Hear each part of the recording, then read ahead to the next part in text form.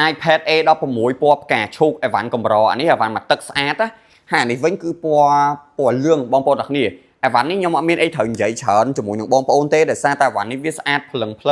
ស្អាតដូចថ្មីហ្មងបងប្អូនទាំងគ្នាហើយអាពណ៌ផ្កាឈូកនេះនេះមានប្រអប់ទៀតបងប្អូនទាំងគ្នាមានប្រអប់អីវ៉ាន់យកពីខ្ញុំទៅខ្ញុំ free screen free ឆ្នាំងសាក់សិនហើយនឹង free ប្រភេទពួកស្រោមបិទបាក់ឲ្យសម្រាប់បងប្អូនទាំងគ្នាដែលចង់បានអីវ៉ាន់មកទឹកខ្ញុំមាន2គ្រាប់ប៉ុន្តែបើសិនចាប់អារម្មណ៍មកទឹកមកឲ្យលឿនបន្តិចតែបើសិនចាប់អារម្មណ៍ថ្មីមករៀងពយាពេលបន្តិចក៏បានដែរតែអាវ៉ាន់អាថ្មីនោះក៏ចិត្តអស់ដែរសល់មួយមុខ2មួយមុខ3អីទេអានេះគឺពណ៌ប្រាក់អានេះគឺពណ៌ blue ពណ៌ផ្កាឈូកហើយសម្រាប់ប្រភេទពួកនេះបងប្អូនអ្នកគ្នាថ្មីវាគឺតម្លៃធូរមែនតើថ្មី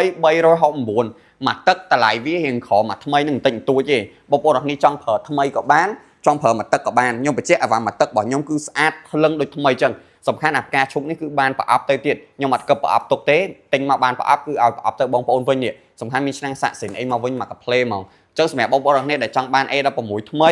យើងមានជម្រើស3ពណ៌បើសិនជាមកទឹកយើងមាន2ពណ៌ហើយមានតែ2គ្រាប់គត់អញ្ចឹងបងប្អូនគ្នាដែលចង់បានរត់រះបន្តិចបាទពណ៌លឿងហើយនិងពណ៌ pink អរគុណច្រើន